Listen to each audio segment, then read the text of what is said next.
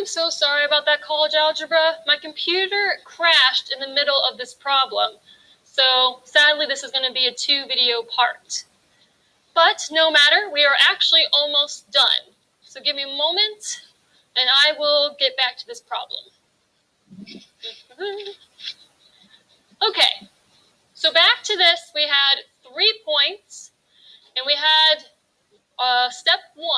Step 1 was to determine if these 3 points make a right triangle, an isosceles, or a scalene.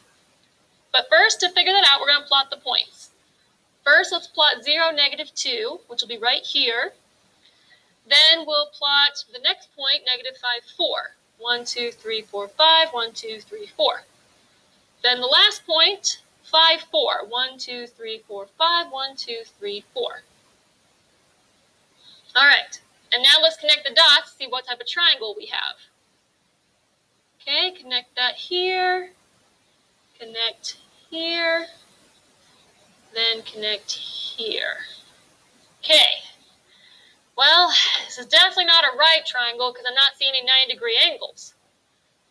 But say we draw a line straight through here, you'll notice that this triangle looks pretty symmetrical. Or in other words, you got like 5 units on this side, 5 units on this side, and it basically looks like a very symmetric triangle.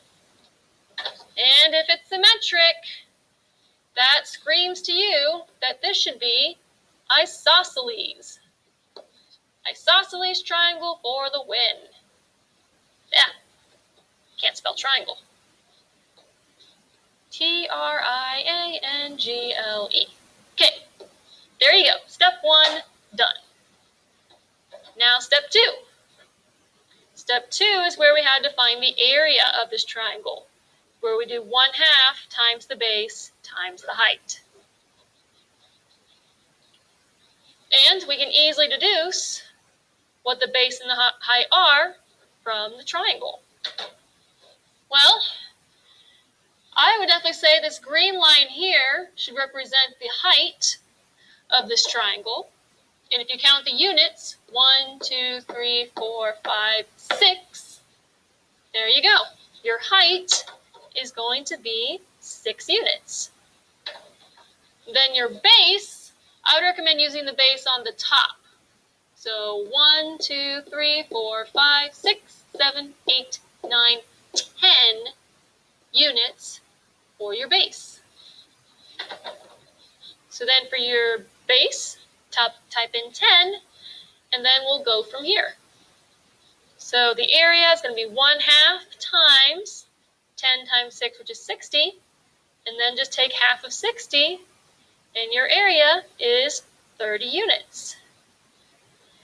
And just so you know, the area is not going to be 30 units every time. It was just coincidence that these 2 examples both had an area of 30 units. But again, using a XY axis makes this 10 times easier to answer these type of questions. Piece of cake. Now, one more example to show you, and then we're done for the day. And for those of you who like to travel, this might relate to you. So your initiatory or your travel plans contain a grid map of Washington, D.C., with each unit on the grid representing 0.125 kilometers. Whoever uses kilometers these days? Why not just use miles? Personal opinion. Anyway, the Arlington Cemetery is located at the point 2, -3. So 2, -3. So that's the Arlington Cemetery. And the Pentagon is located at -1,4.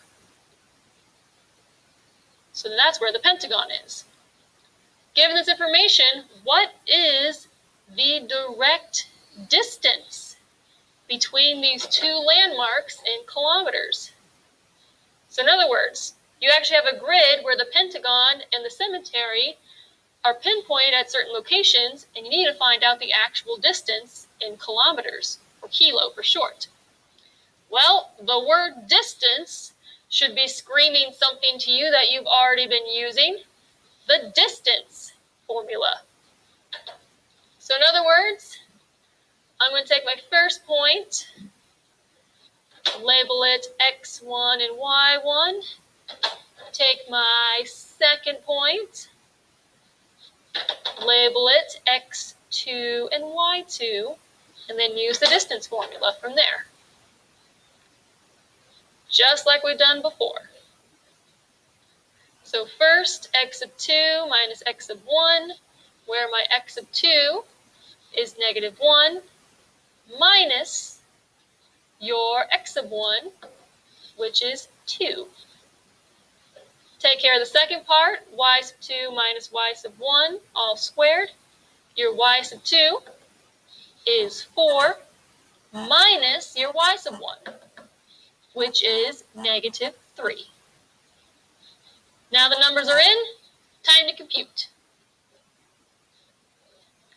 So first, we'll do -1 minus 2, which is -3, all squared. Then you have 4 minus a negative, which makes that plus positive, which makes that 7 squared. Simplify from here, got to take care of that squares.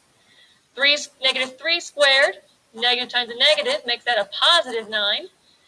And then the 7 squared is 49. So then 9 plus 49 should give you square root of 58. And just so you know, that's the square root of 58 is just in regular units. But of course, you guys know it doesn't make sense to tell someone, oh, just travel that many units that way. No, we got to speak in terms of miles, or in this case, kilometers.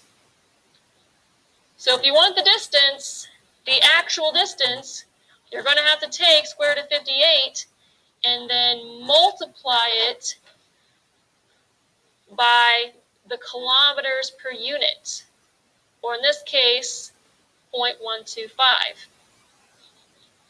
And then once you do that, square root of 58 times 0.125, you'll get a decimal, and then if you look at the instructions, it says to round to 2 decimal places, which means your distance, when you compute this, should be approximately 0.95 kilometers. And that is what you'll put into the Hawks program. So in other words, don't just plug and chug the distance formula and be done.